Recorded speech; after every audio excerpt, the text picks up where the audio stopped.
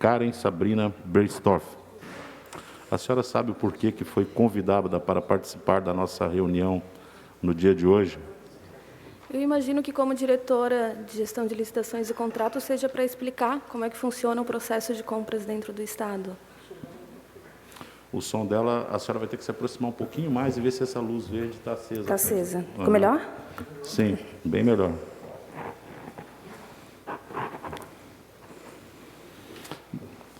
Dona Karen, eu quero dizer para a senhora que a senhora está aqui, né, para esclarecer fatos relacionados à dispensa da licitação 754/2020 da Secretaria do Estado de Saúde, que resultou da contratação da Veiga Med de material médico e hospitalar, tendo por objetivo a aquisição de 200 respiradores pulmonares, num custo total de R$ 33 milhões. Então, eu vou pedir para que a senhora fale o nome completo da senhora, endereço completo e data de nascimento. Karen Sabrina Berstorff Duarte. Eu moro na rua Salvatina Feliciano dos Santos, número 335, no Itacurubi, e a minha data de nascimento é 10 de dezembro de 82. Senhora Karen, a senhora está acompanhada de advogado? Não. Senhora Karen, a senhora está compromissada com a verdade? Tá? Sim. Então, eu vou passar as perguntas agora ao relator da nossa comissão. Tá certo. Deputado Ivan Nates, Vossa Excelência, com a palavra. Primeiro, bom dia, já é o início de tarde, né? Obrigado pela senhora ter esperado tanto tempo. Espero que a senhora tenha compreendido que, efetivamente, nós estamos num processo de investigação muito complexo, né? E que acabou consumindo um pouco mais do horário que a gente imaginava. Por isso, quero agradecer a paciência da senhora ter esperado até esse momento. Não foi porque a gente quis, porque, efetivamente, o momento exigiu mais tempo das demais testemunhas.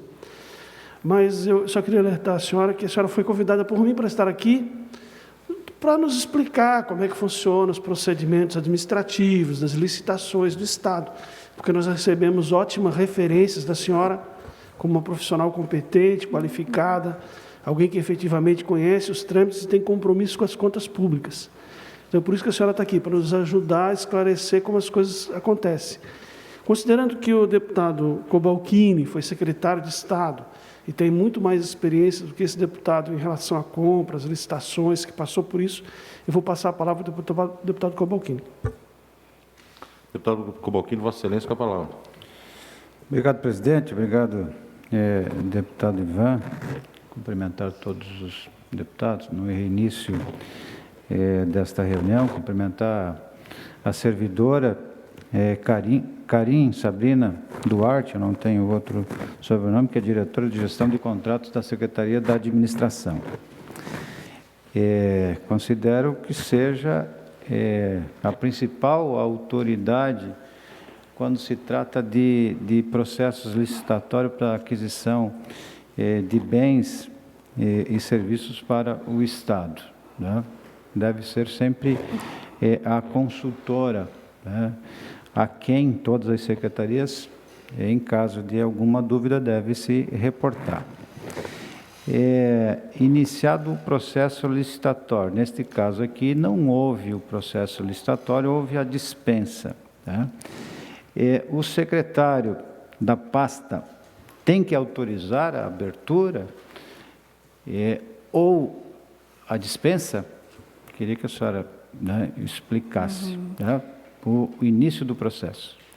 No caso de um processo licitatório, o secretário ele autoriza a abertura daquele processo, ele depois assina o edital de licitação e, ao final do processo, ele homologa o resultado.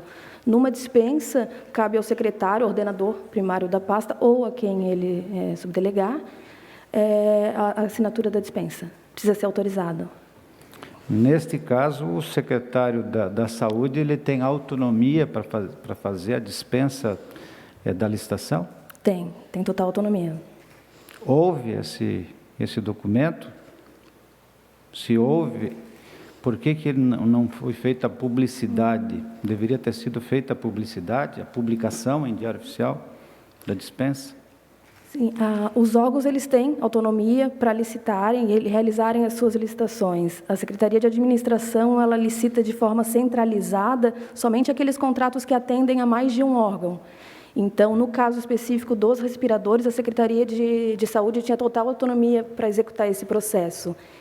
E a dispensa ela precisa ser publicada no Diário Oficial.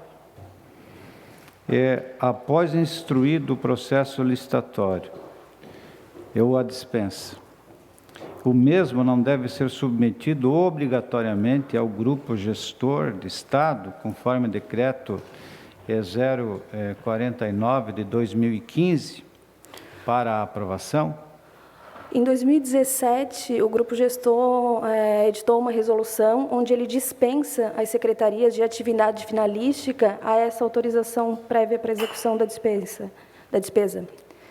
Em 2017 tem uma resolução. Tem, se eu não me engano, é 2017. Deve ter sido assinada pelo governador essa resolução. Hierarquicamente, a resolução e o decreto não está numa condição hierárquica superior, não deveria ser um outro decreto para... A resolução, eu não sei dizer se o governador assina, acho que são os membros do grupo gestor, são os secretários que fazem parte do grupo gestor. E como o decreto 49, ele é um decreto para regular as atividades do grupo gestor, essa resolução, ela supre a... Seria interessante que nós tivéssemos a cópia dessa resolução. Presidente, solicito que seja anotado em ata para providência.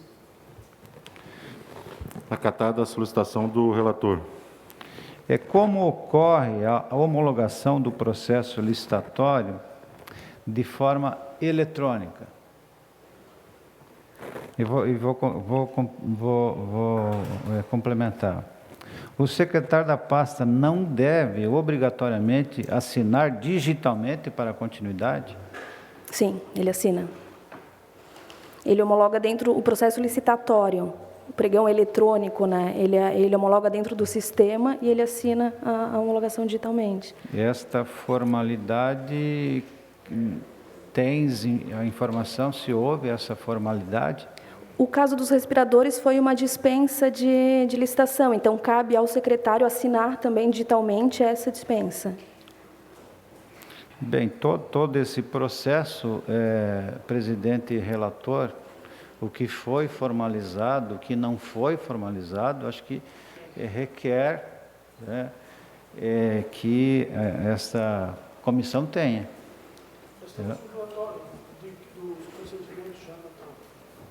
O senhor está requerendo esses relatórios? Sim.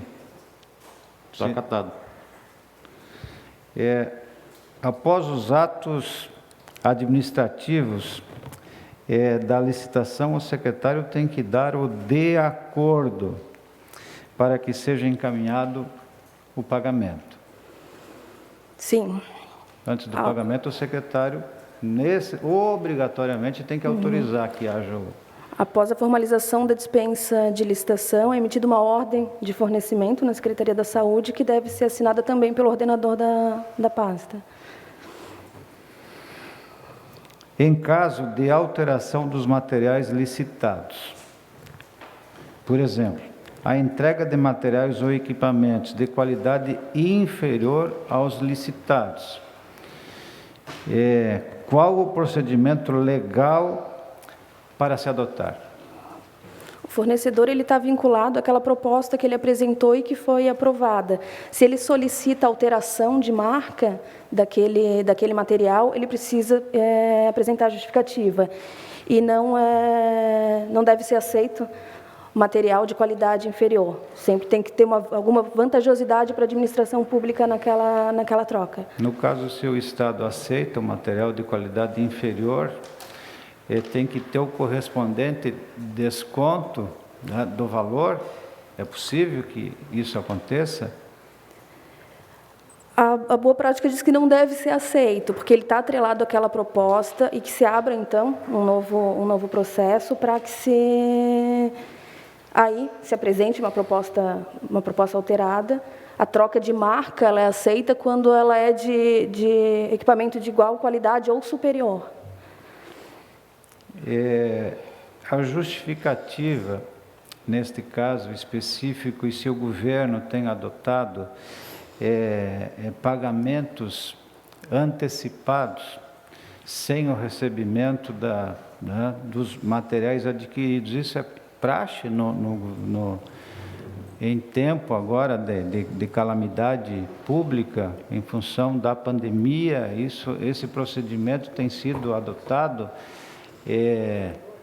largamente, isso passa pela Secretaria da Administração, a Secretaria tem conhecimento disso?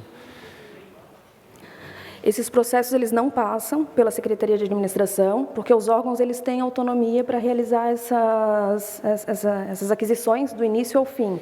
Então, a Secretaria de Administração não se envolve.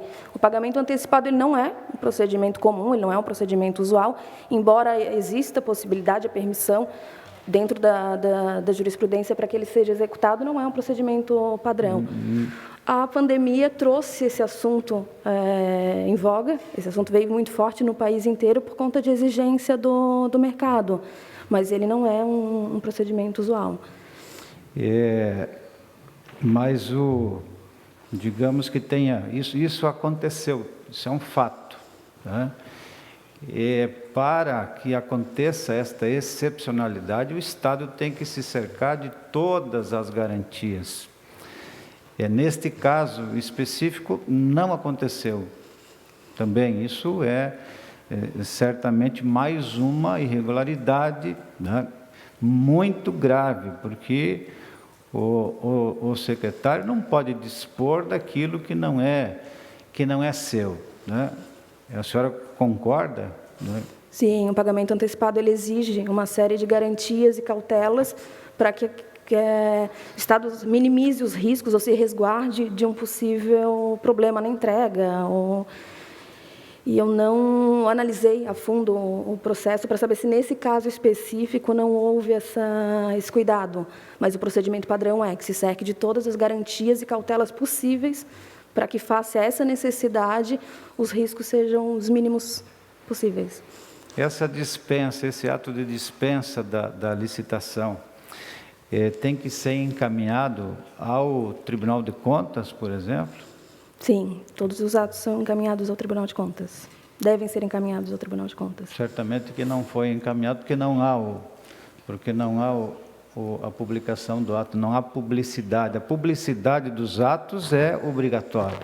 Sim. No caso da dispensa de licitação, ele deve ocorrer após a finalização da dispensa. Obrigatoriamente, esse ato tem que ser publicado em Diário Oficial.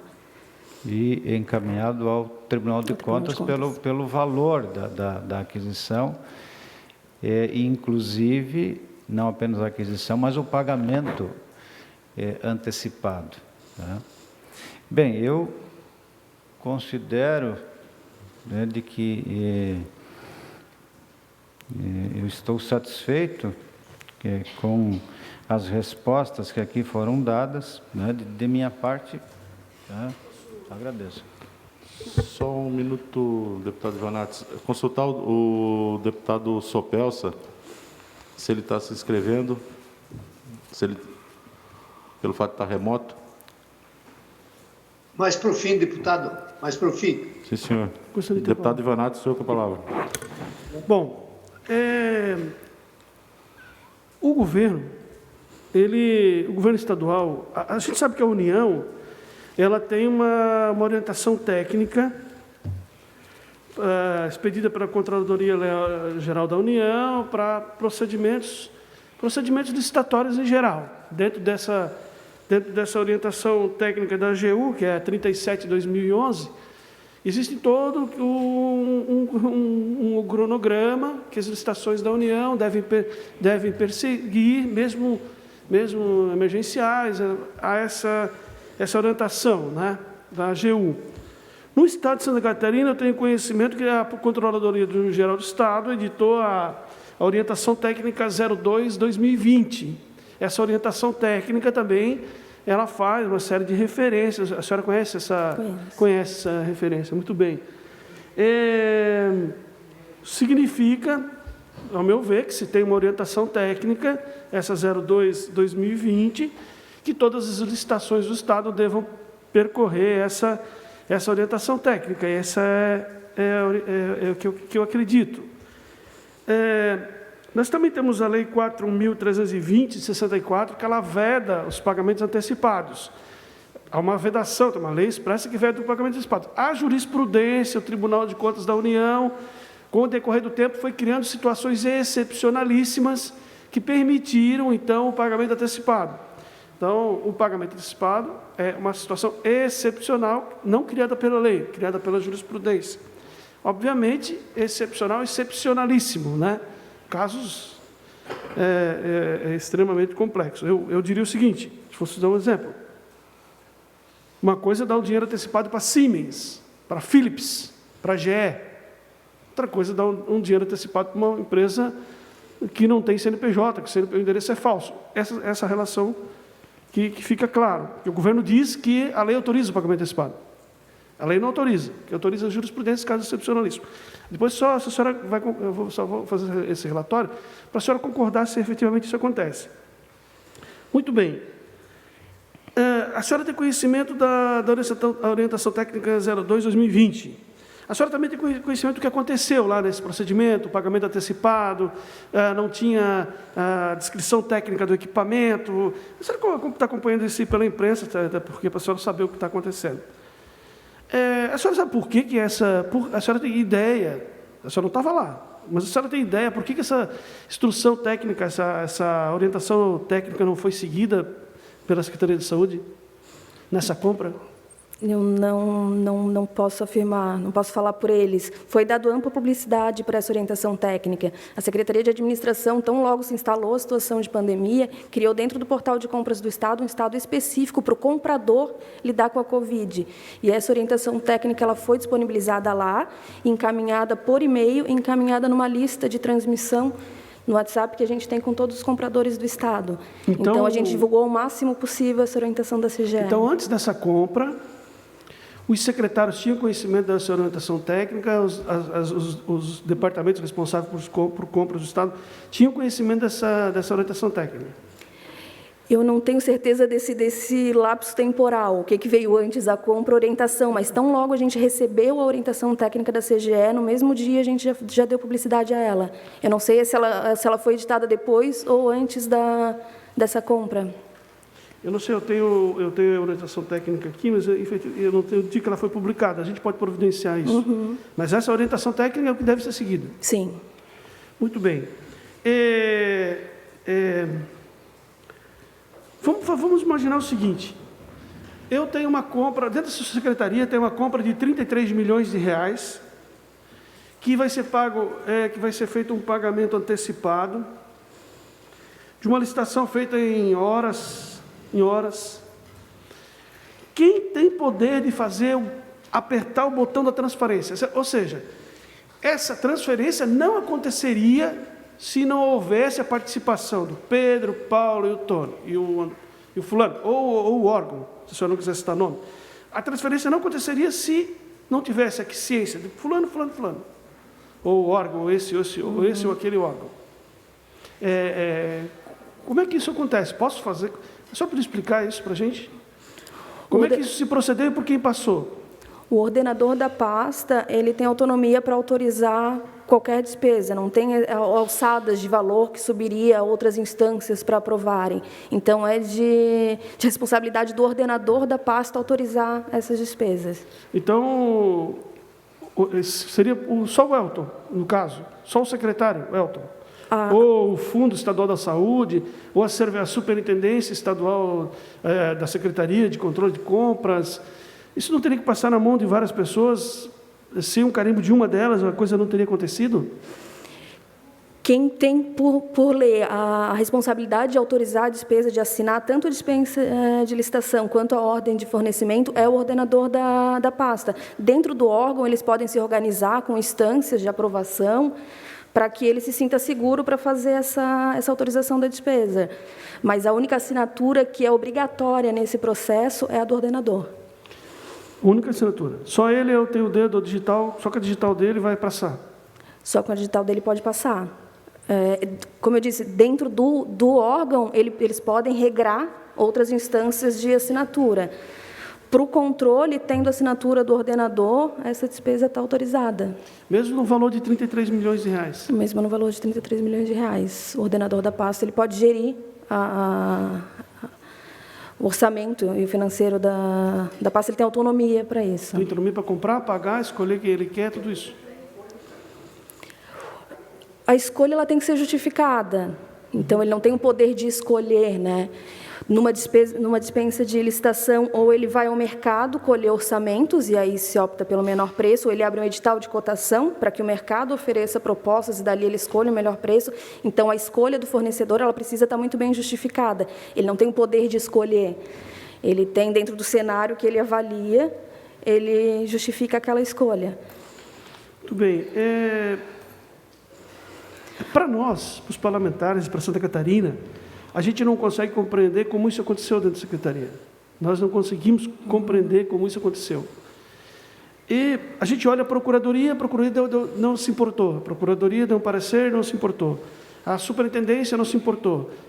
O Fundo Estadual de Saúde não se importou. Tem um relatório de todas as pessoas que participam da Secretaria da Saúde, ninguém se importou. Todo mundo fez e ninguém se importou.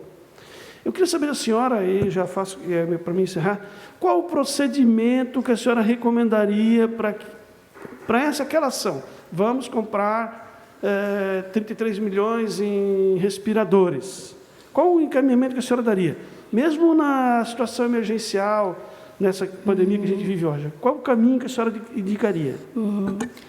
Só fazendo uma ressalva da minha fala anterior, deputado, o ordenador ele tem a autoridade para executar aquela despesa, só que dentro de um processo de compra existem a segregação de funções, então não pode a mesma pessoa selecionar o fornecedor, justificar, pagar, autorizar, então essa segregação de funções ela deve existir. No final do processo, quem tem autoridade para autorizar aquela despesa é o ordenador da pasta, mas nesse meio do caminho são várias instâncias decisórias, porque o processo ele exige a segregação de funções. No caso específico dos respiradores, eu não conhecia o cenário à época, o cenário do mercado à época, mas me fica muito claro, pelo que foi noticiado, é que a escolha desse fornecedor ela precisava ser mais justificada. Se de fato só havia uma possibilidade de compra naquele momento, toda essa justificativa ela precisava constar no processo. Estou satisfeito, obrigado. Deputado Fabiano da Luz, Vossa Excelência com a palavra. Muito obrigado, Carmen. Boa tarde. Boa tarde. Diante de tudo isso que você viu e comentou, e do conhecimento que vocês têm, e de toda a área técnica e grupo gestor, ninguém tentou barrar uma compra dessas ou alertar os riscos ou tentar chamar a atenção do que estava acontecendo com relação a essa compra? Essa compra em particular, a gente teve notícia dela pela mídia, porque como o órgão ele tem autonomia total para realizar suas aquisições, não é feito um acompanhamento para e passo de cada aquisição dos órgãos. A Secretaria da Saúde publica mais de 1.000 editais por ano e tem total autonomia para executar essas compras. Então, esse acompanhamento ele não existe. Tem algum controle dentro do governo nessa questão das compras para justamente tentar barrar os oportunistas das licitações? Que a gente sabe que tudo que é licitação sempre tem aqueles que entram só para ganhar dinheiro, só para tirar uma casquinha. O órgão responsável pelo controle dentro do governo do Estado, dentro da estrutura do governo do Estado, é a Controladoria Geral. Mas também não sabe se houve manifestação, não houve deles, do controlado, investigar a empresa, de dar um parecer sobre a empresa? Eu não sei dizer. A SE articulou com os órgãos de controle interno e externo, já no início, um grupo para que fossem tiradas dúvidas de forma bastante célere, para que a tomada de decisão fosse célere também, que é a celeridade que o momento exige. Mas não nos cabe fazer o acompanhamento ou controle. Nós fizemos a articulação com esses grupos e colocamos eles à disposição dos gestores que precisassem consultar. Não foram consultados nesse caso? No grupo que a gente montou, eu não vi consulta. Pode ser que essa consulta tenha existido por outros meios. A princípio, oficialmente, não houve nenhuma consulta a esse grupo gestor? Para esse caso específico, até onde eu sei, não. Bom, os respiradores também são considerados um dos principais equipamentos na cura, no tratamento da pessoa que está contagiada, né? E ele tem umas especificações muito técnicas e muito delicadas, muito precisas, né? O que inclusive dificulta uma aprovação aqui no Brasil, na Anvisa, e acredita-se que em outros países sigam a mesma regra, né? Também tu não tem conhecimento, ou tem, de se foi buscar informação, se realmente era isso, se a empresa fornecia, se tinha qualificação, se poderia entregar esse equipamento? A praxe é que todas essas propostas sejam avaliadas por uma equipe técnica.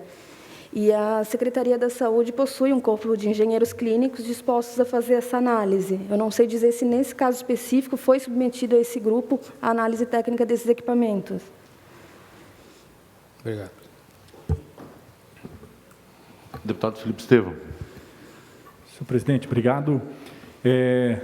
Pergunta direcionada à nossa servidora.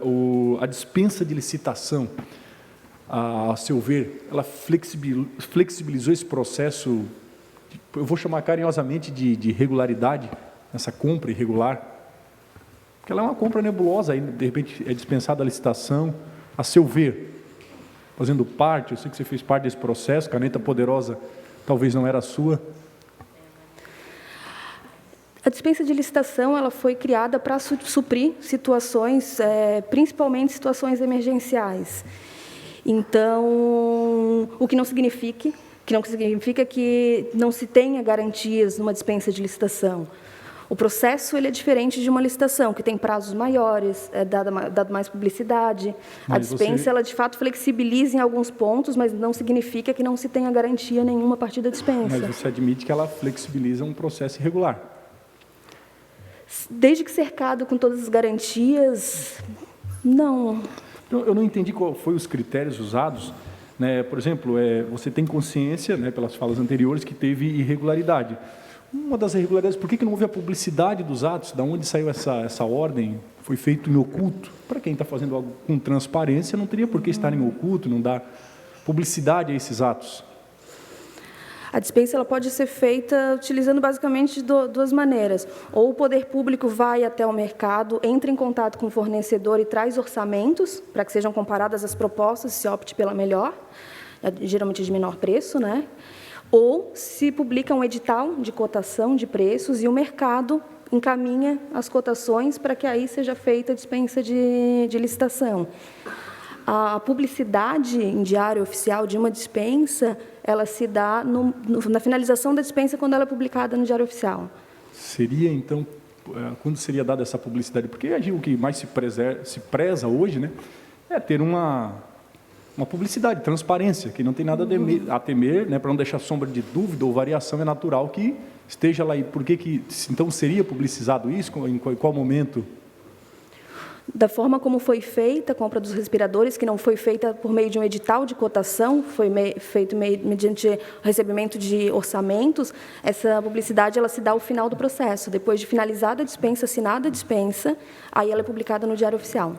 E ali ela está pública. Até repito a você o que eu disse aos outros, né, entrevistados, digamos assim, a gente está em busca de respostas. Então, é evidente e é claro, falando no linguajar bem prático, ou teve uma incompetência sem tamanho, tremendamente incompetentes, ou uma transação fraudulenta, né, corrupção.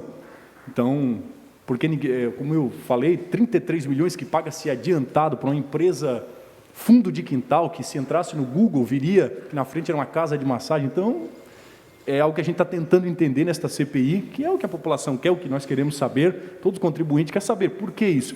Essa caneta poderosa estava na mão do Elton para assinar, ele tem esse poder, 33 milhões pagos adiantados, num processo que foi feito em algumas horas.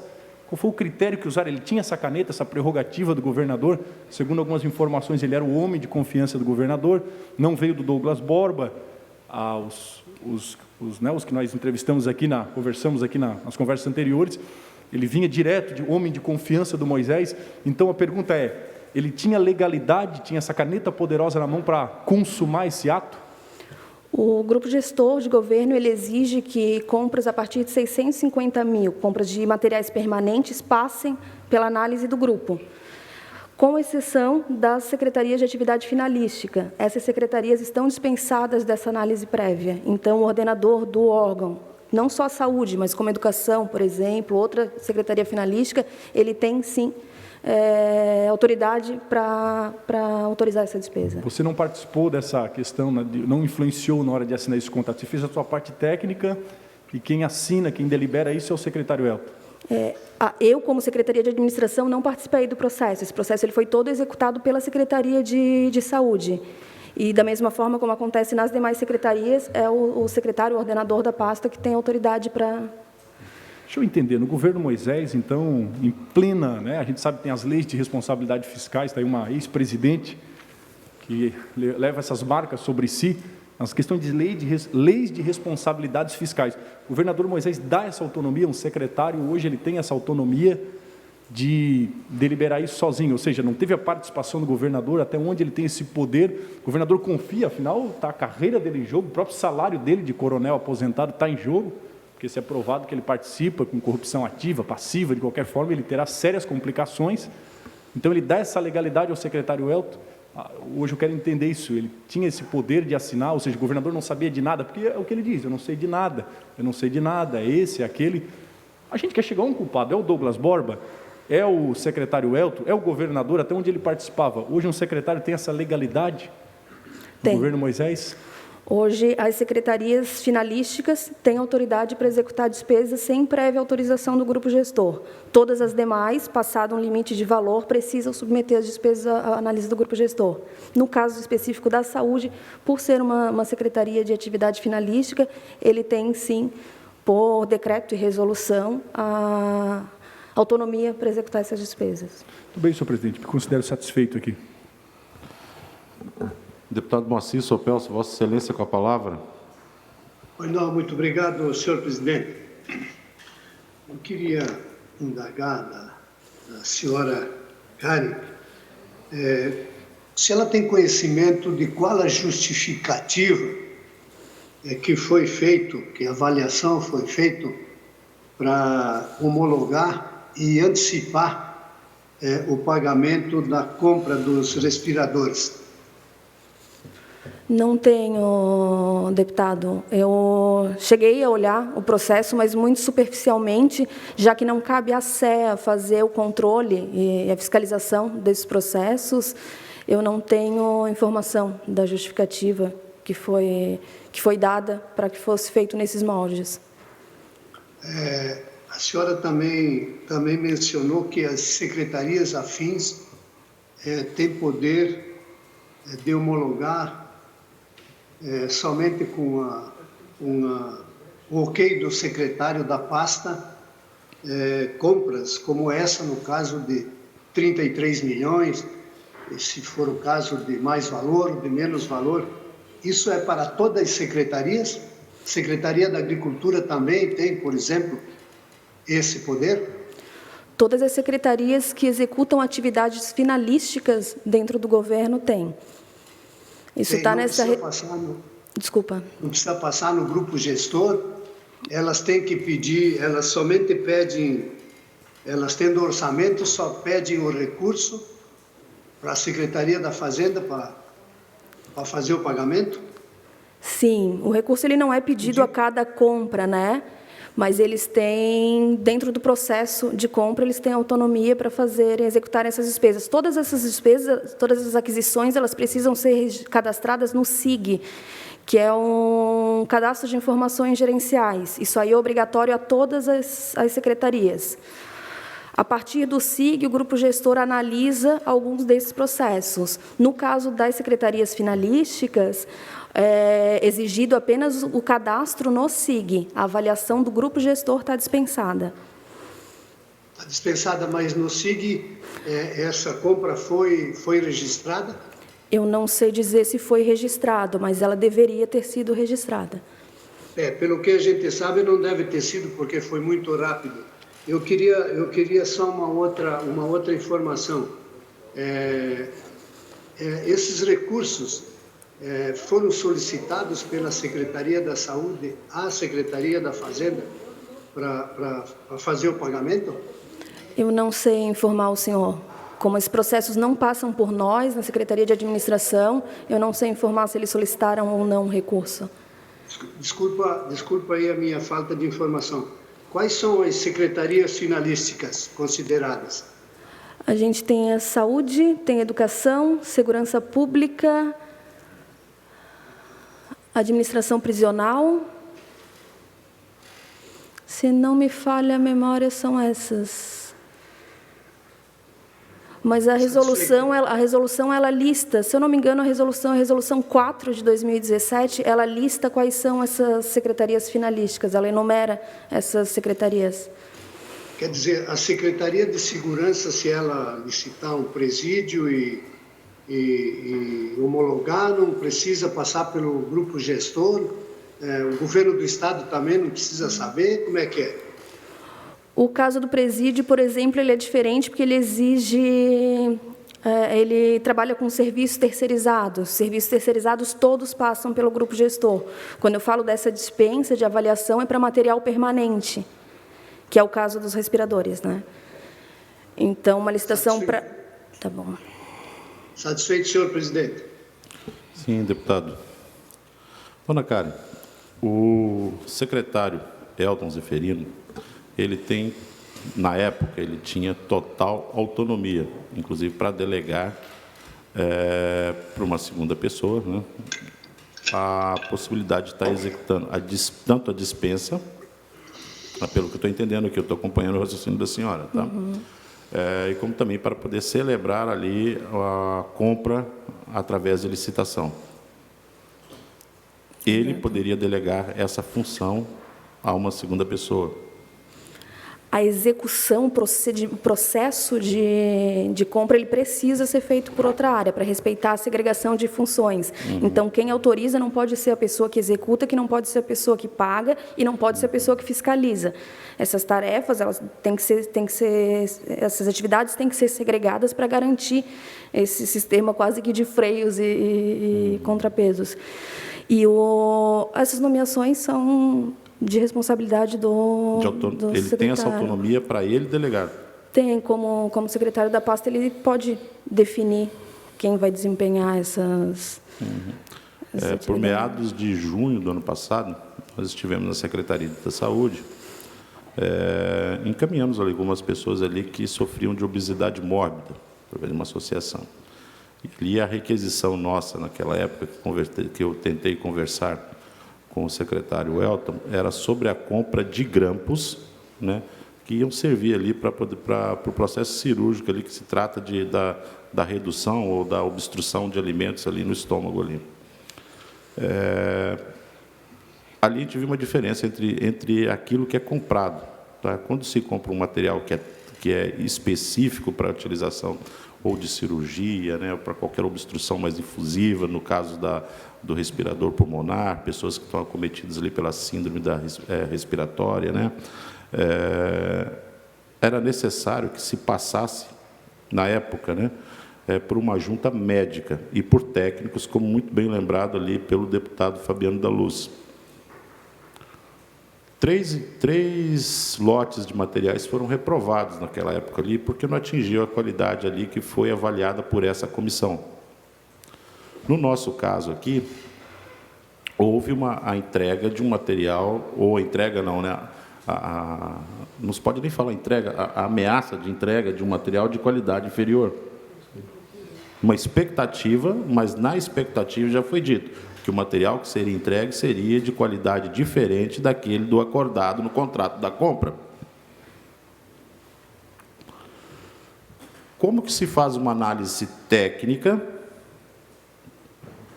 de um material que só se tem a expectativa da análise dele? Essa é a minha pergunta. Se nesse exato momento já não se, de alguma forma, já não se cancelaria qualquer tipo de negociação. Olha, você precisa comprar um produto, mas se você tivesse ele na mão e já o técnico conseguisse vistoriar ele e falar assim, não, realmente a qualidade é inferior, não dá para comprar isso de forma alguma, mas mediante a simples expectativa daquilo que está sendo, a não ser que os técnicos da Secretaria da Saúde já tivessem contato com aquele material alguma vez no passado ali, ou já tivessem trabalhado de forma efetiva com ele ali. Nesse exato momento já não era o suficiente para falar assim, olha, dispensa-se, cancela-se, trocamos de fornecedor ou buscamos uma nova negociação com alguma outra empresa. Não seria desta forma que seria para funcionar a coisa? Quando o fornecedor ele entrega uma proposta, seja por meio de licitação ou dispensa, ele está atrelado àquela proposta. Essa proposta ela tem que ser avaliada, tanto com relação ao preço, tanto com relação aos aspectos técnicos do objeto que ele está oferecendo. A solicitação de amostra para fazer uma avaliação física desse material ela é tratada como exceção, porque tem um custo envolvido em o fornecedor apresentar a amostra. E insumos para a saúde, como o caso que o senhor citou, de valor menor, geralmente a secretaria pede e passa essas amostras por uma junta médica. O caso de equipamentos, ele é um pouco mais complicado pela dificuldade de se apresentar a amostra, mas a análise ela tem que ser feita em cima daquela proposta e na impossibilidade de se testar o equipamento, o responsável técnico por aquela análise tem que solicitar quantos materiais forem necessários, laudo de ensaio, atestados. Ele tem a prerrogativa de solicitar todos os materiais que ele precisar para garantir que aquele material atende à especificação da administração pública. Se não tiver elementos suficientes para ele fazer essa análise, aí a compra não deve ser realizada. Esse material para análise mesmo ali, até porque a gente está vivendo na era digital, né? A gente está decodificando DNA, o ser humano está pisou na Lua, já viajou, e você consegue colocar de forma específica o código de um produto na internet com facilidade, né? E isso se consegue fazer, não precisa ter o material ali na mão mesmo, ali, para que o técnico possa emitir pelo menos um laudo. Sim. E falar assim, olha, viabiliza, esse é bom, pode ser usado. Porque muitas vezes nos dá a impressão de que a gente está discutindo somente o valor, o preço, né? Poderia ser um valor 20 vezes mais barato, porém, se a qualidade não fosse aquela que atendesse a expectativa do médico que fosse utilizar ele, também não teria vantagem alguma comprar o material, né? Em uma determinada live, né, a apresentação do governador, juntamente com o secretário Alto Zeferino, ele disse a seguinte frase: nós tomamos essa atitude, na época se referindo ao governador, aos respiradores, mediante uma atitude de desespero, né? Estava ali dizendo que nós estamos caminhando para o apocalipse e que 1/3 da população nessa ia rodar e tal. Enfim, né, tudo aquilo que foi dito ali, que nós estaríamos no pico da curva e que alguns de nós aqui que estão nessa sala hoje que nem estaríamos aqui, né? Mas, como ele disse, nós, com o secretário sentado ao lado dele, tomamos, na época, uma decisão numa atitude de desespero. Se nós tomamos, é porque nós sabíamos. A senhora não concorda comigo? Eu não sei informar em que contexto se deu essa decisão. Uma linha de raciocínio. Se nós tomamos nós sabíamos, né? E como a senhora disse, o secretário ele tinha autonomia para delegar a alguém. Mas, no final das contas, como bem disse o deputado Ivanatos, ali, ele que realmente tinha que chancelar a compra, tendo conhecimento, inclusive, da qualidade do produto, do preço e da data de entrega, por força da estrutura toda que o trâmite de compra segue, seria isso. Sim. Senhora Karen, a gente quer agradecer. Mais alguma pergunta, senhores deputados? Deputado Sopelsa. Obrigado, deputado presidente. Sim, senhor. A gente está acostumando a trabalhar remotamente, tem que consultar por nomes. A gente agradece a presença da senhora aqui, foi bastante, trouxe bastante lucidez aqui, né, para os trabalhos que nós estamos executando. Como bem disse os outros deputados, a senhora está aqui numa condição mais de ajudar a gente com as suas informações mesmo. E eu acredito que termina por aqui a nossa conversa no dia de hoje. Muito obrigado pela presença da senhora. Obrigada. Consulta aos senhores deputados. Não sei. Seria a última, dona Karen? Ah, não, tem a... Então, tem a dona Mariana ainda. Peço à assessoria que encaminhe a dona Mariana. Estava me confundindo, já achei que era a última.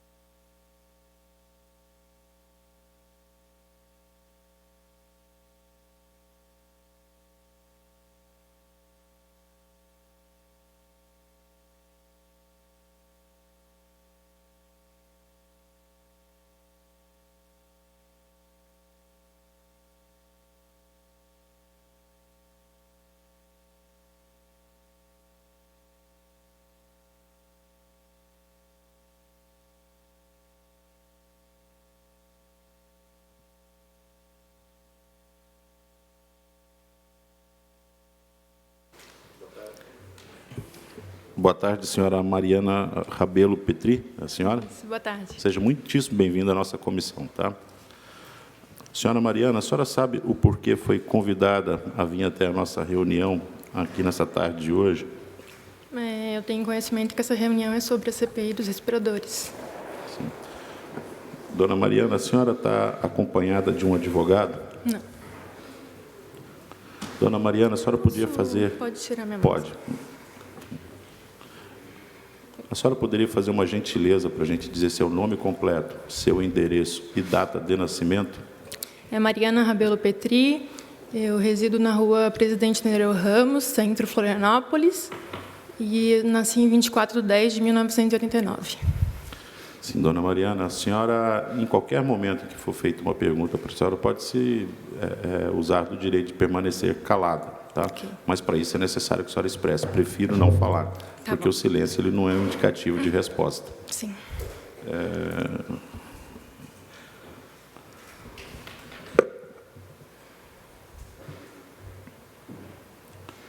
A senhora está compromissada com a verdade, tá, dona Mariana? Sim. Tá. Nesse momento eu vou passar a palavra ao relator, que ele pode fazer as perguntas, ou passar para um segundo deputado. Tá bom, Ok? obrigada. Deputado Ivanatos, Vossa Excelência, com a palavra. Boa tarde. Boa tarde. Doutora, eu também... Obrigado por ter esperado até esse horário, né? Importante a sua presença aqui para o esclarecimento da verdade. Sim, com certeza. Muito obrigado. A senhora não está aqui na condição de investigada, não há nenhuma acusação que pare sobre a senhora. Absolutamente não tem nenhuma informação de participação da senhora em qualquer evento, nesse processo de licitação dos respiradores, hospital de campanha. A senhora ela é citada em ter participado de absolutamente nada. Quero que a senhora fique tranquila, porque a conversa que a gente quer ter aqui é uma conversa de informação. A gente quer saber da senhora algumas coisas que são importantes para o deslinde da investigação. Tá? Claro. A senhora é sócia do escritório de advocacia Barros Advogados Associados? Sim, eu trabalho desde 2018 na Barros e todos os advogados que trabalham lá, eu tenho 1% da sociedade. Certo. A senhora, então, conhece bem o senhor Leandro Adriano Barros? Isso. No dia a dia eu não trabalho com ele. Eu entrei em 2018 e eu sempre advoguei para o Instituto Ideias, que é um instituto que a gente presta serviço, a Barros presta, e eu faço jurídico interno desse instituto. Eu trabalho diariamente lá no instituto. Muito bem. A senhora conhece o senhor Anísio Petri, né? Júnior? Sim, meu irmão. Seu irmão, né? O Anísio Petri Júnior, chamado Popó Petri. Isso. Em Biguaçu, conhecido como Popó Petri, isso? Sim. Ele trabalha lá também? Ele trabalha em Biguaçu. Trabalha em Biguaçu, o que ele faz? Ele é empresário. Empresário de que ramo? Ele tem um escritório de pagamentos, como que é o nome? Ele representa a Cicobi, é uma... Cobrança, coisa assim? Isso. É do ramo da advocacia também? Não, ele é formado em administração. Certo. Ele é empresário há muitos anos. Me diz uma coisa, doutor, Mariano. A senhora e o Popó, vocês são amigos do Douglas Borba? Amigos, de frequentar a casa dos outros? Eu conheço o Douglas Borba, como várias pessoas de Biguaçu conhecem. Eu morei no centro de Biguaçu por um tempo. Eu não moro mais em Biguaçu. E no centro todo mundo se conhece. Minha família é uma família grande lá, meu irmão é muito conhecido.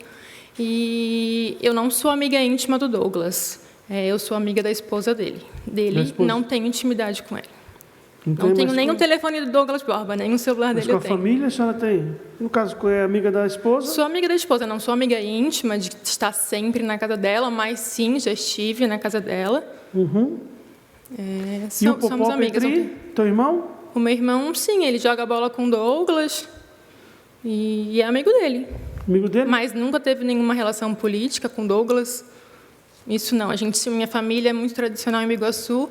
Nós somos do atual MDB, né, que era o PMDB, e sempre teve essa rixa política entre o Douglas e a minha família.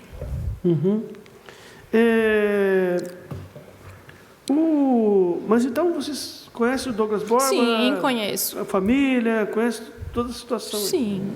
Eu queria saber o seguinte, como é que é a vida do Douglas Borba? Como é que é? A senhora é amiga da esposa do Douglas Borba. Ele tem uma vida financeiramente boa? Eles são, assim, considerados pessoas que vivem bem financeiramente? Como é que é? Não sei. A Carol é médica, né? Então, eles são classe média. Não ostentam, eles são uma classe média normal.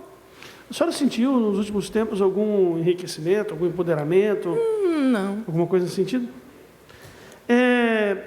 O Popó Petri, ele tem emprego público, cargo público? Ele trabalha, acho que não sei se desse ano, de 2019, não me recordo, mas na junta comercial. Então, o Douglas Borba teria indicado o Popó Petri para trabalhar na junta comercial? Acredito que foi o Douglas. O escritório que a senhora trabalha, representado pelo Leandro Adriano de Barros, sim, se apresentou como representante de 3 empresas que estão envolvidas nesse processo de fraude de licitações. Sim. Primeiro, 100 leitos de UTI. Quando o Leandro se apresentou como advogado da Mahatma Gandhi, a empresa teria sido classificada, aliás, assinou o contrato. Esse contrato só não se concretizou porque o Tribunal de Justiça deu uma liminar, suspendeu, tinha uma ação popular, o Tribunal de Contas mandou expedir um ofício, enfim. Esse tal do Mahatma Gandhi, 100 leitos de UTI, 77 milhões, o Leandro Adriano de Barros estava envolvido porque ele se dizia representante dessa empresa e essa escolha claramente decorreu de uma fraude de licitação, certo? Não tenho Depois, não, eu estou afirmando, a senhora não precisa concordar. Depois, a gente teve uma licitação dentro da Secretaria de Saúde, 2 licitações dentro da Secretaria de Saúde, uma delas é essa dos respiradores, que é o objeto dessa CPI. O Leandro Adriano de Barros, também se apresentou como representante da Vigamed, como representante dessa empresa, etc. E tal, a empresa que teria fraudado o processo licitatório. Como se não bastasse, também teve outra licitação, que é dos IPIs, que essa também não é objeto dessa CPI, mas é fato que consta nos relatórios, Também houve uma tentativa de fraude, superfaturamento, pagamento adiantado de quase 70 milhões de reais. Também o Leandro de Barros se apresentou como representante legal dessas empresas. Então, o doutor Leandro, seu sócio, conseguiu ser representante de 3 empresas, todas elas envolvidas nas falcatruas das secretarias de saúde. Eu queria saber, a senhora sabe como o Leandro foi parar nesse troço? Como é que ele foi parar lá dentro dessas Não sei, licitações? né? Para ser bem sincera, eu tive conhecimento dessas situações, das 3. Depois que saiu na mídia, eu não participei disso. Como eu falei, eu trabalho atualmente dentro do Ideias, diariamente, eu posso comprovar isso. A Mahatma Gandhi, sim, tem contrato com a Barros. A Barros, eu acho que advoga para eles desde, não acho que é 2017, 2018, não sei ao certo. E não sei, eu sei que o nosso escritório é referência na área da saúde, tanto aqui no estado como na região sul. E acredito que talvez algum instituto, alguém procurou o Leandro acerca disso, mas não... Das 3 empresas. A Vigamed, eu não conheço essa empresa. Eu conheço, eu sei que a gente advoga para a Mahatma Gandhi. Certo. O Popó, o Douglas Borba arrumou um emprego para o Popó. O Popó tem um emprego lá, bem remunerado, aliás, lá na junta comercial. Ele faz parte, acredito que é de um conselho da junta, ele trabalha diariamente lá no período matutino. É da junta. Isso. E o Douglas Borba arrumou um emprego para ele lá. O Popó é amigo do Leandro. O meu irmão não é amigo do Leandro. Não é? Não é. Nunca foi? Não, eles são conhecidos de Biguaçu, mas ele não tem amizade com o Leandro.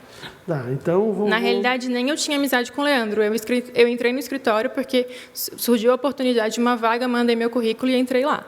Não temos amizade com o Leandro, a gente sempre teve uma rixa política muito grande entre a minha família e do Leandro, só que eu sou técnica profissional e tinha currículo para entrar dentro do escritório. É que eu tenho um triângulo aqui, feito pela polícia, pelo DEIC, um triângulo de relacionamento, sim, que a senhora deve ter visto pela imprensa, que consta o Popó dentro desse triângulo de relacionamento. Sim, mas eles não são amigos. Meu irmão tem amizade com o Douglas, com o Leandro, não. Certo. E o Leandro e o Douglas? O Leandro e o Douglas também... Então, o Douglas vai lá no escritório da advocacia? Não, que eu saiba, o Douglas nunca foi lá. Como eu falei, eu não trabalho dentro do escritório, eu trabalho no Ideias. Então, eu não sei se teve alguma vez lá, mas eu desconheço essa informação. O Leandro nunca falou que estava na Secretaria de Saúde, que estava na Secretaria de... Sim, o Leandro vai, a gente representa vários institutos que têm contratos, né, com a Secretaria de Saúde. Vários institutos? Secretaria de Saúde de quais municípios? De municípios? São José, Florianópolis, temos contrato com a SES desde 2017, o Hospital Gaminski, são contratos de gestão. Então, o Leandro, a senhora sabe que ele tinha... O Leandro é referência na área de saúde como advogado. Sim, ele tinha entrado, então, dentro da secretaria... Ele é especializado nisso. Ele tinha entrado dentro das secretarias? Não sei. Nós temos uma mensagem de WhatsApp, certo? Eu vou repetir, a senhora não está sendo investigada aqui. Sim, eu estou falando a verdade, eu quero esclarecer a verdade. Meu nome está envolvido em algo que eu não fiz, eu não tenho conhecimento. Eu preciso esclarecer, eu quero que vocês esclareçam essa verdade. A senhora acha que o nome da senhora está envolvido? Porque me ligaram ao Douglas Borba, acredito que foi isso. O Leandro e o Douglas Borba são conhecidos, são amigos, certo? Tanto que o Leandro disse aqui que ele vai na secretaria, que ele conhece, eles moram no mesmo condomínio. Sim, não sei se são amigos, eles se conhecem. Em Biguaçu, todo mundo se conhece, o centro de Biguaçu, eles são todos conhecidos. Tá. Tem uma mensagem de WhatsApp, do secretário Douglas Borba para uma servidora pública da Secretaria, da Superintendência, a Márcia, em que o Douglas Borba diz para o Leandro procurar a Márcia nessa relação de cumplicidade no que aconteceu. A senhora conhece o Leandro, conhece o Douglas, a senhora é advogada lá do escritório. O Leandro disse para a gente que nunca representou nenhuma empresa em Santa Catarina, nunca representou nenhum contrato, que ele nunca fez nenhum contrato com o Estado. Que ele também não nosso escritório, com os institutos que a gente advoga, tem contratos. O O Estado, Leandro Adriano de Barros não tem mais a Barros com os institutos que advogam, tem contratos. eles têm contratos com o Estado? É contrato de gestão, né? Não, com o Estado de Santa Catarina. Como assim? Algum Prestam contrato serviço, de prestação? participaram de Não, alguma o licitação? Adriano, não. O Leandro, bem. não. O Leandro específico, não.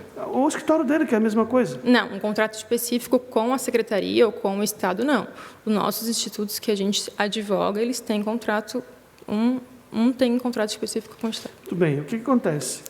Então, não tem contrato, não tem especialidade, advoga na área de defesa, na defesa dos processos, prestador de serviço de saúde, etc.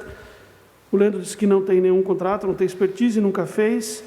De repente, ele recebe uma mensagem do Douglas Borba, dizendo para ele procurar a superintendente da saúde para ajudar no processo de licitação. Esse texto está escrito aqui no WhatsApp. E o Leandro, então, entra em contato. Depois o Leandro começa a fazer uma rede de comunicação dentro das secretarias. Ele começa a participar de todas as licitações lá dentro, começa a ser amigo de todo mundo. A senhora acha por que isso aconteceu? Não sei, não tenho conhecimento. Não faz ideia. Como eu falei, diariamente não trabalho com o Leandro, eu trabalho em outro lugar. Não trabalho todo dia com ele, não sei. Não Quem tive trabalha diariamente envolvimento. com o Leandro? O Popó? Leandro, não, Quem trabalha? o Leandro trabalha sozinho, ele tem um Mas escritório ele disse que ele tem 10 advogados. Sim, mas a sala dele é sozinho, ninguém fica ali o dia inteiro com ele. Não, mas Tem escritório no Estreito, tem escritório em Biguaçu. doutora Mariana também tem uma história de advocacia. Sim. Nós somos lá e também vários advogados. Mas a gente sabe mais ou menos o que um está fazendo, o que o outro está fazendo. Sim, O Leandro comentou com a senhora que ele estava tratando de assuntos dentro da secretaria, que o escritório estava representando empresas. sim, a gente representa a Mahatma Gandhi. Ou em Só outros. que eu, Mariana, trabalho dentro do Ideias, Mas que é eu não- outro mas eu não estou instituto. perguntando para a senhora, estou perguntando se a senhora sabe. Não, do Leandro... E quando a senhora viu essas coisas na imprensa, o escritório, o nome da senhora, Sim, o nome do seu conversei com o irmão, Leandro. O Leandro, o que vocês fizeram? Vocês procuraram o Leandro para perguntar? O meu irmão procuraram o não, Douglas o meu irmão Borba? não tem envolvimento nenhum com o Leandro, como eu falei, eles não têm mas o amizade, nome- mas eu conversei com o Leandro e questionei o que estava acontecendo. E o que ele disse? Não, ele disse que ele estava representando a Mahatma Gandhi no processo. Mas os respiradores, a Mahatma Gandhi não estava participando. O respirador foi a questão do Fábio, que o Fábio ligou para ele, depois que já tinha efetivado o pagamento, pediu que o escritório tenha um contrato com a Mel Vale, que o Fábio é um dos sócios, eu não conheço o O Fábio. Fábio é aqui de Biguaçu? Não, eu não conheço o Fábio, eu acho que ele é de São Paulo. E foi isso que ele me explicou, que o Fábio fez uma ligação para ele entrar em contato para dizer que essas mercadorias iriam ser entregues. Bom, vamos imaginar... Mas a gente não tem contrato com essa Veiga Média, essa empresa eu desconheço ela. Sim. Vamos imaginar o meu estudo de advocacia. Chego de manhã lá, tem meus advogados, um vai contar uma história para mim, um vai contar de um processo, outro vai contar de uma intimação, aquela coisa que a gente sabe do dia a dia do estado da advocacia. Sim. Ah, É que eu acho que o senhor não entendeu que a gente não está fixo no mesmo escritório, né? Eu fico em outro quem lugar. está fixo no escritório que podia explicar isso para a gente? Não, o Leandro, a sala dele é só ele. Ele não trabalha com mais ninguém. Mas ninguém conversa naquele escritório. Como? Ninguém conversa, o nosso escritório está na Sim, lama. a gente conversa, o Leandro coordena e distribui os prazos, quem tem que fazer o quê. Eu faço ideias. É sócio, presidente. Deputado Felipe Estevão. Doutora, com relação ao escritório, que a senhora é sócia, o Douglas já foi sócio desse escritório? Não. Não tem relação nenhuma. Ele tem algum contato com o escritório? O Douglas? Sim. Como eu já falei, não tenho conhecimento. Comigo, em relação ao escritório, ele nunca teve contato. Entendi. Ele, dentro do processo de investigação, algumas acusações que ele é um sócio oculto. Essa informação não procede. Não, não procede. Ela é inverídica. Ele indica clientes? Não. Entendi. É uma pergunta que ficou estranho, né? Eu acho que, de repente, Vossas Excelências podem partilhar, talvez, da mesma ideia, mas você é sócia de um escritório, né? Como você disse. Como eu falei, eu tenho 1% da sociedade, né? Mas você diz aqui que não vai ao escritório? Isso Não. pode? Tem alguns advogados, eles são sócios, mas que não frequentam o escritório, é no mínimo estranho. Como eu falei, a gente tem um contrato de prestação de serviço com ideias, que solicitou um advogado interno lá e desde que eu entrei eu trabalho diretamente para o IDEAS. A Barros tem um contrato de prestação de serviço com esse instituto e eu trabalho internamente lá e eu posso comprovar isso tudo. Desde 2018, o meu e-mail é corporativo desse instituto, Então, eu tenho testemunhas que pode comprovar, só que eu represento a Barros lá dentro. Você é sócia do escritório que você não frequenta o escritório, não sabe quem frequenta? Seria isso, você não sabe de nada? Não, como eu falei, eu estou no escritório internamente dentro do IDEAS, que é um instituto que a Barros tem contrato de prestação de serviço com eles. Conhece nada da rotina, quem frequenta? Não, sei que o escritório tem advoga para Mahatma Gandhi, tenho conhecimento disso, mas diariamente eu e o Leandro a gente não está junto. É claro que tem reuniões semanais, ou que ele coordena e ele distribui as demandas que chegam. É que é no mínimo estranho, doutora, né? É normal que quando a gente tem um sócio, a gente sabe pelo menos um pouquinho, fragmentos da rotina, né? E você alega que nada sabe, não frequenta. Eu acho que sem mais perguntas, senhor presidente. Só para concluir, antes de passar para o... Posso ajudar? Existem várias fotografias em redes sociais, também publicadas na imprensa, do Douglas Borba e o Popó e o Leandro. Várias fotografias deles juntos. Olha, eu acho que o meu irmão e o Leandro, eles não têm foto juntos. Eu até gostaria de ver essa foto. Posso mostrar para a senhora. É, só se é do time de futebol, algo assim. Uma foto que nem essa aqui foi sacada. Do jogo de futebol? É, Não, deve ser um time de futebol. fraternização. Eu acho que pode ser. É? Mas eles não, como eu falei, não têm amizade. Tudo bem, obrigado. Nada. Deputado Fabiano da Luz, Vossa Excelência, com a palavra. Boa tarde, doutora. Boa tarde. Você sabe me dizer dessas instituições das quais o escritório presta assessoria, presta serviços de consultoria, quais delas que têm contratos, têm serviços com o governo do Estado de Santa Catarina? É somente o IDEAS que faz a gestão do Hospital Materno-Infantil de Criciúma. Ele tem um contrato desde o governo anterior. Era municipal e depois o Estado assumiu esse hospital. E, nesse caso, é Vossa Excelência quem presta a assessoria jurídica para o Instituto IDEAS. E eu faço assessoria jurídica do Instituto, a gente presta esse serviço, né? Consequentemente, se houvesse dúvidas para tirar com o Estado, a pessoa indicada do escritório seria você. Quem vai nas reuniões? Eu nunca fui na SES, se é isso que o senhor quer perguntar. Quem sempre vai nas reuniões, na maioria das vezes, é o diretor do Instituto. Mas quando é necessário eu acho que eu fui, uma opinião jurídica... Se eu não me engano, eu fui uma vez na SES, na época que era o secretário Acélio. Muito bem. Então, o Leandro foi várias vezes na Secretaria da Saúde, mas nunca pelo Instituto... Nunca... Talvez ele possa ter ido. Isso eu não tenho conhecimento. Obrigado. Mas eu, Mariana, não fui. Deputado Moacir Sopelsa, Vossa Excelência, com a palavra.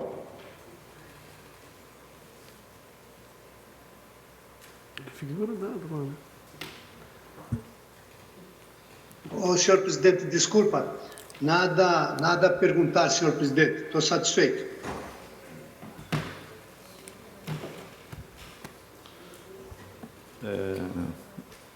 Dona Mariana.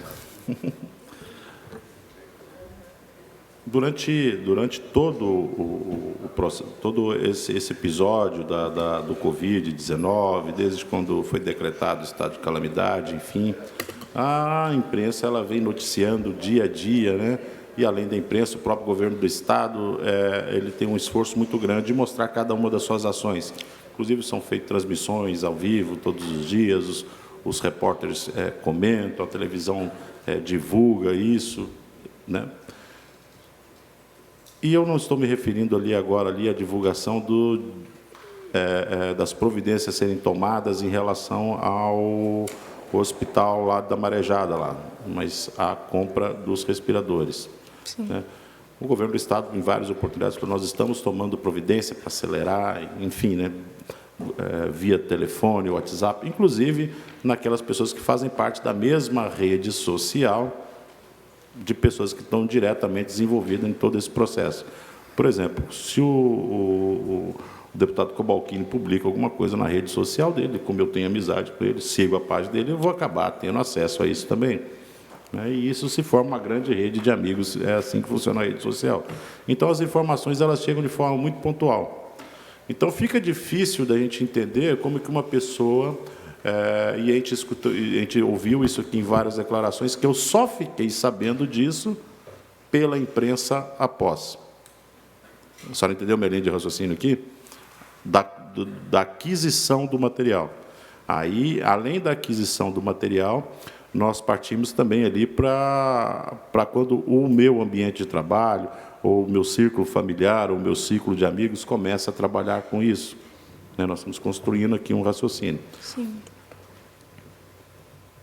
Qual foi o momento que a senhora ouviu falar assim, olha, existem respiradores... Não estou falando do escândalo em si mesmo, daquilo que foi provocado pela irregularidade da compra, mas antes disso, em algum momento antes, como a senhora já declarou, então não vou perguntar novamente, que ficou sabendo do escândalo da compra dos respiradores, né, pela televisão, pela imprensa, assistindo o jornal, né, eu estava lá vendo o jornal, se assustou com a notícia e tal. Mas eu estou dizendo, antes disso, quando a senhora falou assim, o governo do Estado está comprando alguns respiradores, a senhora teve, a senhora, em momento nenhum, Não, eu soube... tive conhecimento quando saiu na mídia já o que não vai entregar o respirador e começou essa história. Antes, não? Não acompanhei mesmo. Como, em relação à Covid, a gente teve muita demanda, até desse outro instituto que eu fico diariamente lá dentro, eu estava focada no meu trabalho, estava trabalhando muito, fazendo ofícios. Demais mesmo. É. Uhum. E, tudo bem,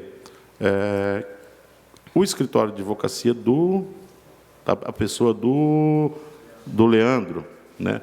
Ele foi procurado 2 dias depois. É isso ou não que a senhora afirmou aqui da declaração da senhora? De quando foi constatada a irregularidade? O Fábio procurou ele depois do que já tinha sido pago, já tinha sido feita toda a contratação, tinha sido pago e não sei se foi 1 ou 2 dias depois. Uhum. E por quê que o Fábio procurou ele? No entendimento da senhora, o Fábio procurou o Leandro por esse determinado motivo. Para quê? Para que foi buscado ali o trabalho do Leandro ali?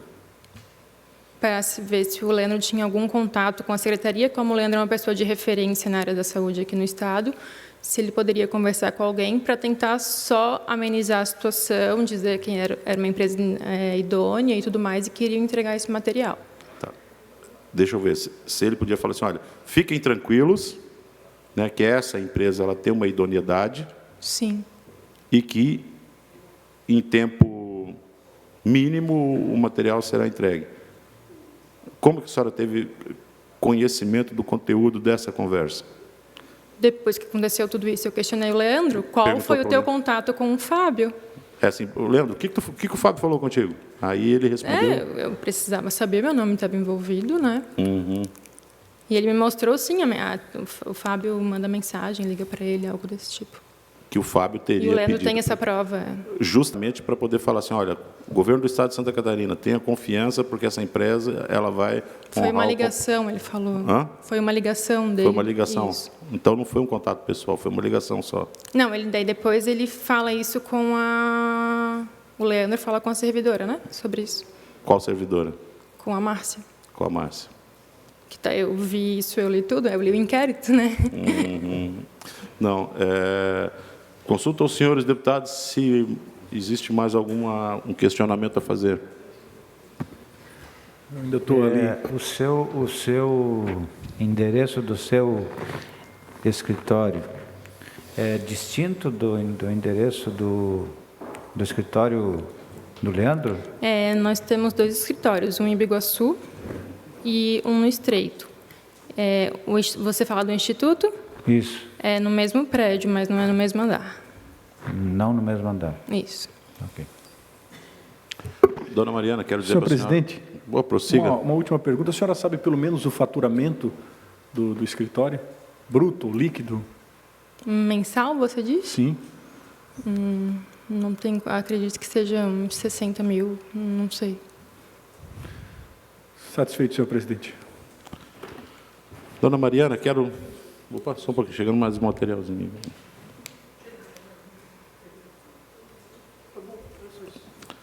Quero agradecer a senhora bastante, tá? Como bem disse o deputado Ivanates aqui, a senhora veio para nos ajudar no nosso trabalho, então por isso que a gente agradece a presença da senhora aqui hoje aqui. Sim. E eu peço à assessoria que pode conduzir. A senhora pode ficar à vontade, está disposta. Eu agradeço a oportunidade. Só mais uma, a senhora tem, tá? Pode Tá. se dar um espaço, se quiser fazer alguma retratação, uma explicação, fique à vontade para isso. Eu agradeço a oportunidade, eu só quero que a verdade seja mostrada. Meu nome está envolvido em algo que eu não fiz. E eu preciso do final dessa CPI para mostrar quem realmente está envolvido, quem realmente deu a caneta, quem assinou e quem autorizou tudo isso. Eu preciso que o meu nome e do meu irmão estão envolvidos em algo que a gente não... Dona Mariana, eu fui polícia por 20 anos. Eu sei que um bom crime, ele precisa de uma vítima e de um criminoso. E um crime perfeito, ele precisa de uma vítima, de um criminoso e alguém a quem culpar. Tá? Tá bom. A senhora também, se tiver alguma informação que possa nos ajudar a descobrir no caminho da verdade, Estou à disposição. Procure a CPI. Né? Pode a senhora deixar. vive em Biguaçu, acontecem muitas coisas em Biguaçu. Eu não moro mais em Biguaçu, não. Mas você trabalha lá? Não, eu trabalho no Então, Estreito. Mas se a senhora souber de alguma coisa... Até estou vinculada como advogada de Biguaçu, mas eu não trabalho lá. Obrigado. Senhores deputados, eu gostaria da atenção dos senhores por um minuto. Nós temos uma próxima, agendado para a nossa próxima reunião, ordinária, uma testemunha, que é do Estado de São Paulo. Tá? Conversando aqui, a Casa nos repassou uma solução mais prática, tendo em vista a dificuldade dos voos e do próprio transporte, e se existe uma possibilidade de colocar em votação aqui, de entrar em contato com a ALESP, a Assembleia Legislativa do Estado de São Paulo, e se essa testemunha ela poderia ser ouvida lá também via remoto, lá na Assembleia Legislativa do Estado de São Paulo. Ou por aplicativo. Não, até por aplicativo, eu digo dentro da LESC ali, porque para que ele possa passar para botar todos em pé de igualdade. As nossas testemunhas aqui também ficaram numa sala, aguardando, sem contato com as demais, e não acompanhando o depoimento das demais testemunhas, e eu gostaria de colocar isso em votação, se pode ser acertado dessa forma, por videoconferência, utilizando-se lá da oferta de ajuda da Alesp. Sim? De acordo, em votação? Presidente. De acordo. Pois não? Essa testemunha, ela tem sido citada aí? Não? Sim, na verdade, essa testemunha é o representante legal da empresa ela apresentou o menor preço, apresentou todas as condições, mas ela foi desqualificada. Então, o objetivo com essa testemunha é de a gente entender se ela compreendeu o que estava acontecendo aí dentro do processo, já que ela foi desqualificada, acabou perdendo o negócio, né, que foi cancelado. Okay. Dessa forma, coloco em votação. Deputado Sopelso. Concordo. Bom, não havendo quem se oponha, aprovado. E, antes de terminar essa reunião, convoco outra para terça-feira. Senhor presidente, antes de o senhor concluir, precisa ver em relação à terça-feira da próxima semana e na quinta-feira da próxima semana. Os depoimentos já estão... Todos? Sim, a gente está aprovando de 5 em 5, né? Ok. Então... Até 5, né? Até 5. Terça-feira já se sabe quem vai depor. Agora de manhã. Certo. São só 4. 4. São Paulo e 3 daqui. Para a gente terminar aquela etapa do conhecimento dos trâmites, pessoas que não têm nenhuma relação, etc. Aí a gente vai, terça-feira, terminar essa etapa. Depois a gente vai entrar na parte das pessoas que, de uma forma ou de outra, participaram do processo. O nome delas consta em algum lugar. O que eu quero sugerir, presidente e relator, que nós já sabemos, né, nome, sobrenome. Se o senhor quiser, eu posso repetir para o senhor. Não estou me referindo a esses. Tá? O processo ele já tá claro. Tá? Os passos que, né, para mim, já está claro. E nós temos 60 dias. Tá? Esse prazo foi exteriorizado. Tá?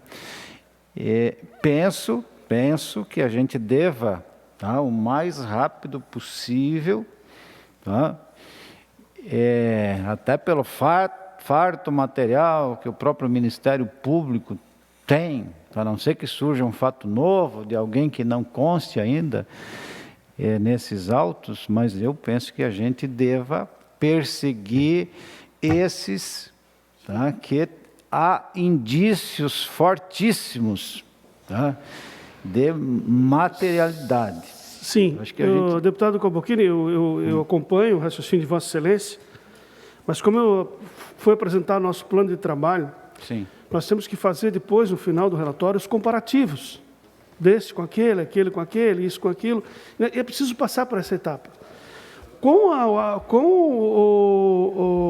abertura, ou com o deferimento do sigilo do inquérito, nós vamos ter os depoimentos tomados, como a gente combinou antes, por autoridades, pelo Ministério Público e pela GAECO. Então, o que eu vou fazer hoje à tarde? Eu vou tomar pé de todos esses depoimentos e vou, dentro daquele rol que eu tinha apresentado, tentar, ao máximo possível, utilizar daqueles depoimentos para diminuir o nosso rol. Aí eu acredito que, se a gente conseguir diminuir o rol com 3 sessões, 4 sessões de depoimentos, nós vamos acabar com a fase de depoimentos. Aí a gente entra na fase da documentação, depois a gente faz os depoimentos, os depoimentos que a gente achar mais importante. Por exemplo, se alguém decidir ouvir o governador, por exemplo, nós vamos deixar para o final, depois dessa etapa. Ou se a gente decidir ouvir o ex-governador ou o ex-secretário. Então, essas partes aí a gente vai deixando mais para o final, de acordo com o... Questão de ordem, presidente. Só para me concluir. Deputado, até sugiro que a gente converse isso na interna, até porque a gente precisa ser sigiloso nesse processo, questão de estratégia nossa, né? A gente conversa internamente isso, sendo publicado, né? O Estado inteiro está assistindo esse momento. Segunda-feira, nós vamos fazer uma reunião virtual para acertar esses detalhes, para tentar encurtar 60 dias o nosso prazo. Muito bem lembrado. Pela ordem, presidente, Sargento Lima. Nossa, de onde vem essa voz? Vossa Excelência, com a palavra, deputado João Mir. Presidente, eu nunca tinha feito isso, eu fiz um requerimento do requerimento hoje para o senhor, né? Não precisa responder agora, mas eu reafirmo a minha solicitação dos 3 depoimentos ainda na semana que vem e, na sequência, uma acariação que já foi aprovada, proposta por 2 deputados e aprovados por unanimidade na CPI. Se o senhor puder me dar a resposta antes da reunião de preparação, eu agradeço, porque cada um acha uma situação importante aqui, mas eu concordo plenamente com o deputado Cobalcini, né? Hoje nós acompanhamos uma situação que, confesso, muito pouco acrescentou a um cidadão comum que vê o jornal, que lê o jornal impresso, que vê o jornal pela televisão. Então, eu aguardo o seu contato antes da reunião preparatória. Tá bom? Muito obrigado. Deputado João Mir, pode contar com o meu contato antes da reunião preparatória. Muito obrigado. Até porque parte do presidente o agendamento e todos os parlamentares têm a prerrogativa do artigo 161 de fazer essa solicitação já aprovada por unanimidade entre os membros da CPI.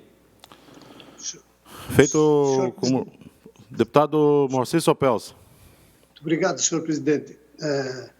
Eu vi o deputado Felipe Estevão fazer um encaminhamento e eu concordo com ele. Nós estamos trabalhando com uma questão bastante séria e com muita responsabilidade nossa, porque nós não podemos sair de uma CPI, eu acho que ninguém quer isso, né? Tenho certeza, não é? Acho.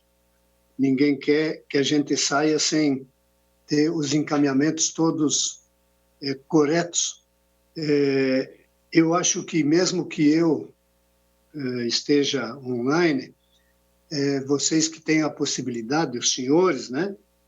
Desculpa aí vocês, os senhores, que têm a possibilidade de fazer presencial, possam tratar de questões que nós precisamos manter reservas, sigilos, né, para o bom andamento.